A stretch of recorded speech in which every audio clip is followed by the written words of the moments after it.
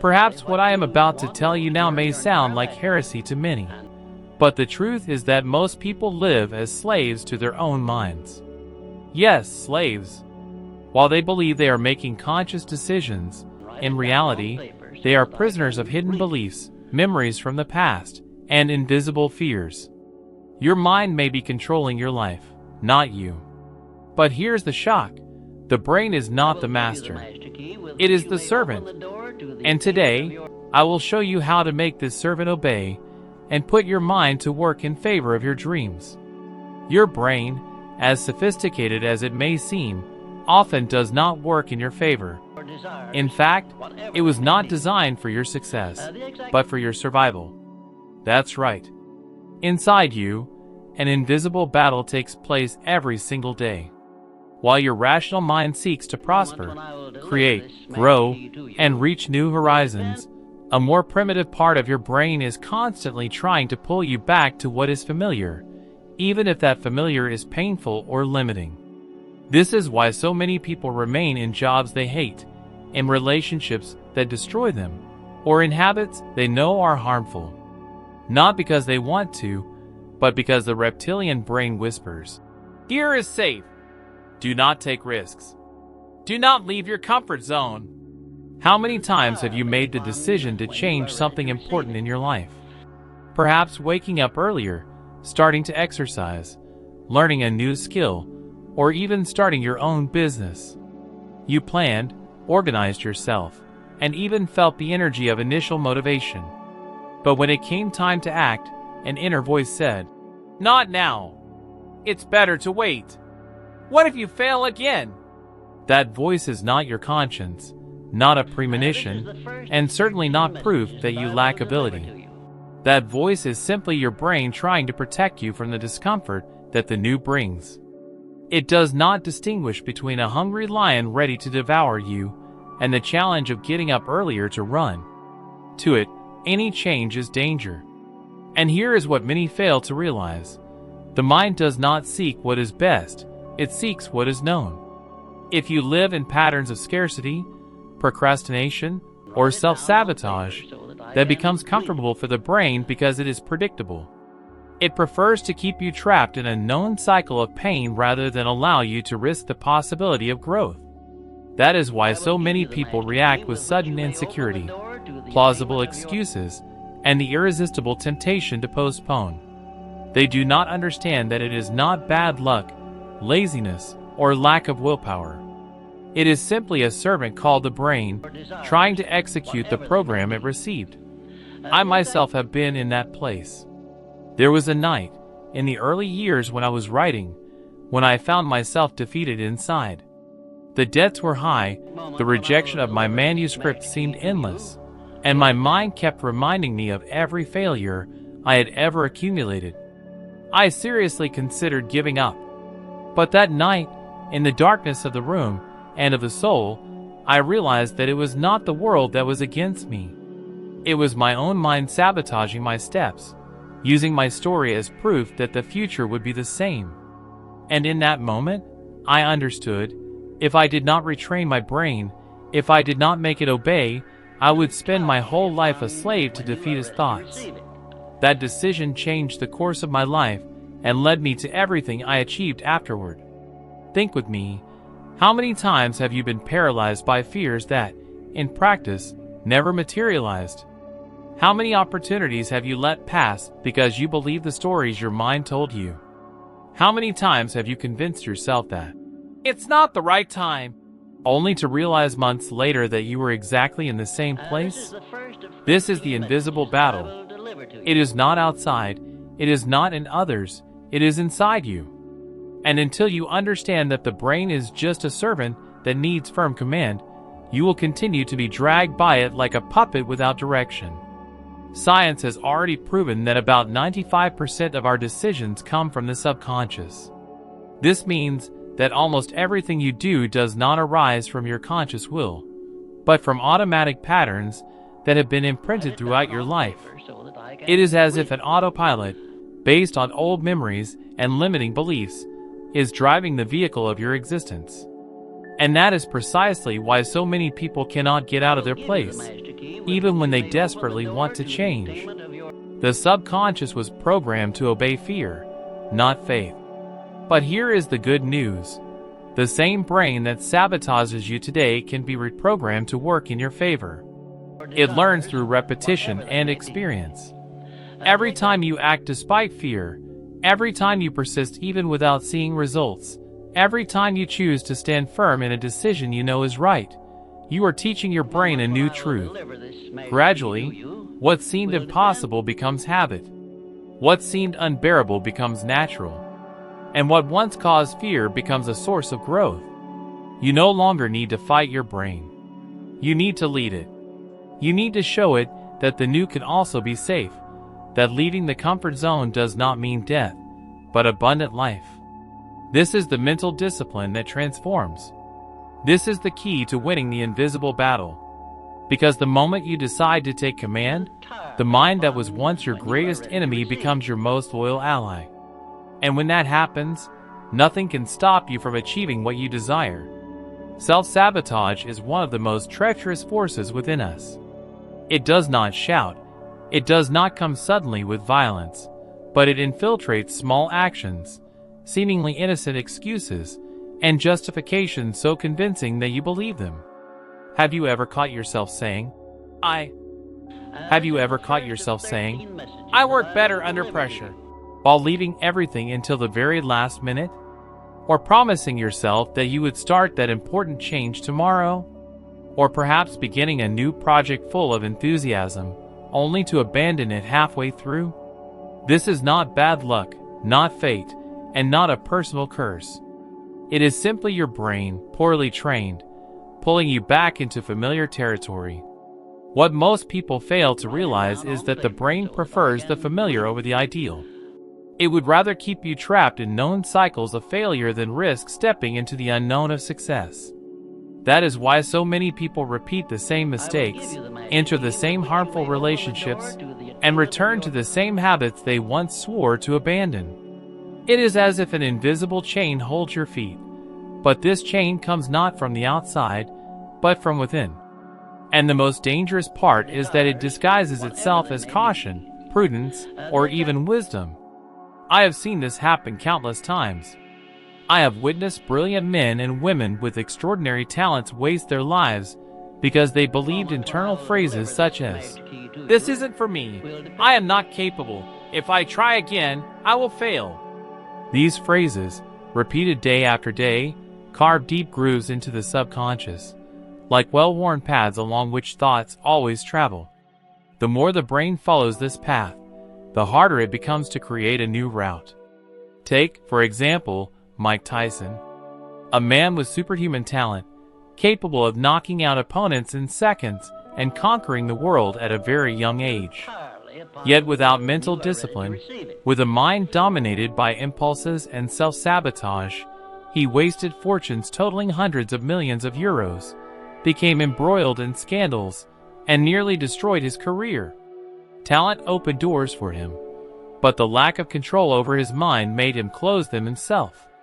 How many people experience the same thing on a smaller scale? They achieve something but cannot sustain it because they have not yet won the battle in their mind. Now, think about yourself. How many times have you promised yourself that you would change but didn't follow through? How many times have you said you would dedicate more to work, take better care of your health, or study to improve your life, only to find yourself returning to the same habits? It is not because you lack value. It is not because you lack ability. It is because you are trapped in the mental programming of self-sabotage. This is where discipline comes in. Discipline is not about giant leaps or changing everything at once. It is about small victories, daily micro-commitments that gradually reprogram the brain. When you decide to read for 5 minutes a day, even when you don't feel like it, or take a short walk even without motivation, you send a clear message to your brain. I am in command. I am not a slave to my programming. These small acts, seemingly insignificant, break old chains and create new neural connections that strengthen your capacity to act. I challenge you to do this. Choose one simple but meaningful action and practice it for 7 consecutive days. It doesn't need to be grand. It could be writing 3 goals on a piece of paper every morning, turning off your phone for 15 minutes to read, or consciously expressing gratitude before sleep. Do it even when you don't feel like it, especially when you don't feel like it, because that is when you prove to yourself that it is not your brain that commands, but you. Remember, self-sabotage will always try to disguise itself. It may appear as laziness, fear, perfectionism, or even overconfidence. But at its core, it is always the same voice trying to keep you small, limited, and predictable. But now you know the truth. Now you understand that it is not the world against you, nor other people against you. It is merely your own brain trying to keep you imprisoned in an old cycle. And it is your responsibility to reprogram it. The moment you choose to act despite fear, persist despite doubt, and keep your word despite lack of motivation is the moment you break the invisible chains of self-sabotage. At that instant, you cease to be a victim and become the leader of your mind. And when that happens, nothing, absolutely nothing, can stop your growth. The human brain is like a machine constantly under construction. Every thought, every emotion, every word you speak is a brick placed in its structure. Modern science calls this neuroplasticity, the brain's ability to reorganize itself and form new connections. What few understand is that what you think repeatedly, with emotion and conviction, becomes your reality. It is not a matter of luck or chance. It is mental programming. Visualizing the desired future is like rehearsing victory before it happens. Neuroscience studies show that the brain activates the same regions whether you imagine an action or actually perform it. This means that when you visualize yourself achieving a goal, you are already training your brain to accept that reality as possible. Oprah Winfrey, one of the most influential women in the world, grew up in poverty and rejection. Yet from an early age, she told herself that she would be someone important, that she would live an extraordinary life. She used visualization and gratitude as daily tools. The result was the creation of an empire, not only financially, but in influence and social impact. Now I ask you, have you ever imagined yourself living the life you truly desire? Have you seen yourself waking up in your dream home, working at something you love, having the freedom of time and choice you long for? Many people have never spent even 5 minutes clearly visualizing what they want. Instead, they spend hours imagining tragedies, worries, and scenarios of failure. And guess what? The brain, as obedient as ever, treats these negative images as truth and shapes behaviors to confirm them. I myself have learned the power of this method and how it can change the course of an entire life. The power of imagination is invaluable. In the early years of my writing, I often pictured myself standing before large audiences, sharing ideas that could change lives. At that time, I did not receive any invitations to speak, and many considered my books merely daydreams. Yet every day I closed my eyes and saw those crowds before me. I felt the energy of connection, heard the applause, and noticed the attentive gazes. Years later, when I was finally invited to give lectures, I realized I was living what I had practiced countless times in my mind. But visualization alone is not enough. You must declare. Words are direct commands to the brain. Proverbs says, "Death and life are in the power of the tongue." When you repeatedly speak with faith phrases like, "I am disciplined, I am capable, my brain obeys me," you are reprogramming the foundations of the subconscious. Each word is like a seed planted in the soil of the mind. When spoken with emotion, it takes root, grows, and bears fruit. The key is not to repeat mechanically, but to declare as one who truly believes, even when your feelings seem to contradict it. Faith begins where feeling fails. Think about how many times you have told yourself, "I am disorganized. I can never finish anything. I always fail when I try." The brain does not distinguish whether it is a joke, an outburst, or a real belief. It simply records it and turns it into a behavioral pattern. Now imagine the effect of replacing these statements with powerful declarations, such as, I have clarity of purpose. I complete everything I start. Every day I become more disciplined. It may seem too simple, but studies show that daily affirmations reduce stress levels, increase self-confidence, and even activate areas of the brain related to motivation. When visualization and declaration unite with action, the brain receives the most powerful message of all. This is real. Action is the ultimate proof. Have you ever felt the impulse to get out of bed and start a project, only to hesitate for a few seconds and end up giving up? That is the primitive brain at work, creating excuses to keep you in your comfort zone. The 5-second rule taught by Mel Robbins is a simple yet effective tool to break this cycle. When you feel the urge to act towards something important, count backward, 5, 4, 3, 2, 1, and move immediately. This small gesture tricks the brain, prevents it from making excuses, and strengthens discipline. The secret is not to wait for motivation, because motivation is unstable. The secret is to train the brain with faith, visualization, and consistent action. This is how you prove to yourself that you are in command. Each time you see yourself advancing, even in small steps, confidence grows, discipline strengthens, and results accumulate. When you begin to visualize the future, declare with faith, and act immediately, you create a new identity. You stop being just a dreamer and become a doer. At this point, the previously unruly mind begins to bow before your leadership. The brain is a faithful servant, but it obeys only those who give firm commands. And firm commands are delivered not only with words, but with a combination of faith and daily action. If you truly want to transform your life, start now. Close your eyes for 5 minutes and visualize yourself achieving what you desire. Speak aloud your ability to get there. And at the first opportunity, act, even with a small step. Repeat this every day. Make it a habit. The moment visualization, faith, and action meet, the impossible ceases to be an obstacle and becomes a stepping stone. There is a silent secret that few notice, yet it can completely change the way your mind works. Gratitude. It may sound too simple, but I assure you, it is one of the most powerful tools to discipline the brain. Gratitude is not merely a polite gesture, nor is it just saying, thank you, out of habit. It is a conscious practice that realigns the brain, changes the way you perceive life, and consequently changes the reality you create for yourself. Many people spend their entire lives focusing on what is missing. They lose nights of sleep worrying about bills, what they have not achieved, past mistakes, and an uncertain future.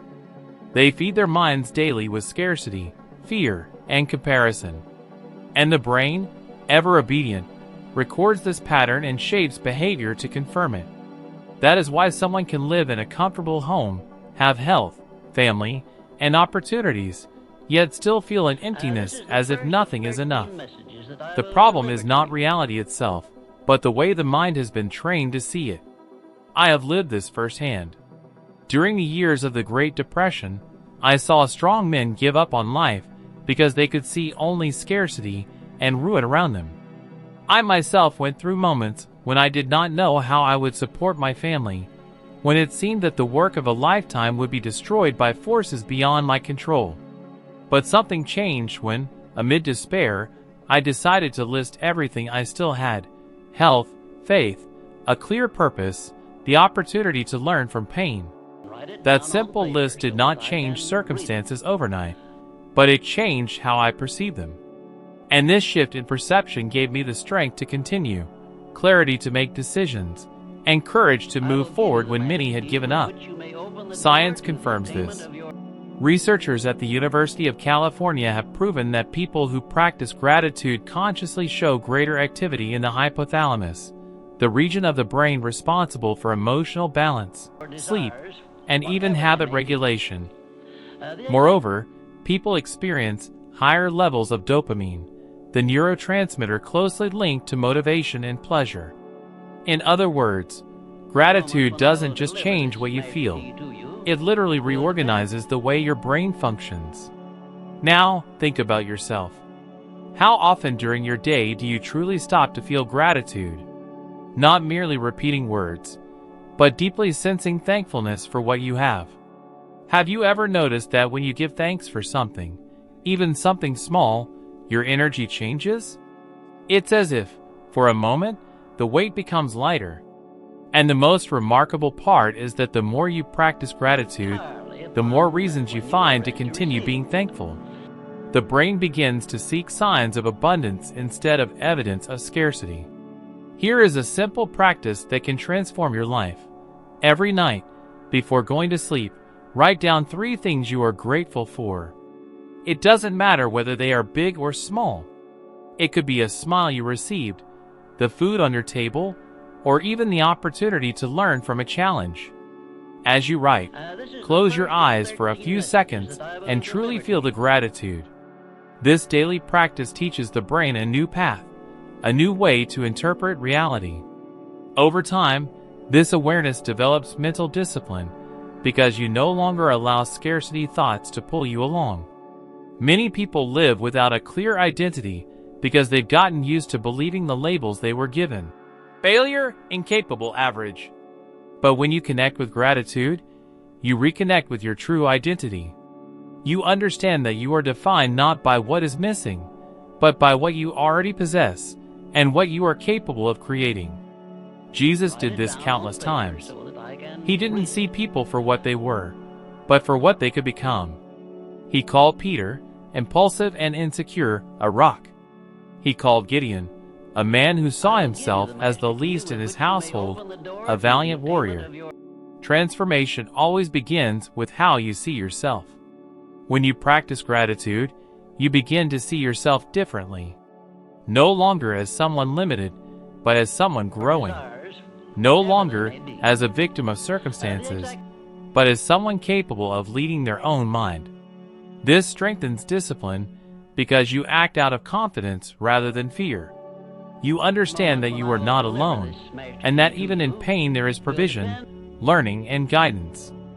I tell you, when gratitude becomes a daily discipline, the impossible begins to yield. Because the mind that was once programmed to see only what was lacking begins to also see what is already available. From this awareness, you find the strength to act, the courage to take risks, and the faith to continue. The brain obeys what you feed it most. And if you choose to feed it gratitude, it will become your most loyal servant in building a life of abundance. The question is, will you let your mind continue wandering between worries and lack? Or will you train it every day to see and give thanks for what you already have? The choice is yours. But I assure you, on the day you decide to discipline your mind through gratitude, you will discover that the key to completely transforming your life was already within you. The central point of everything we've discussed is simple yet profound.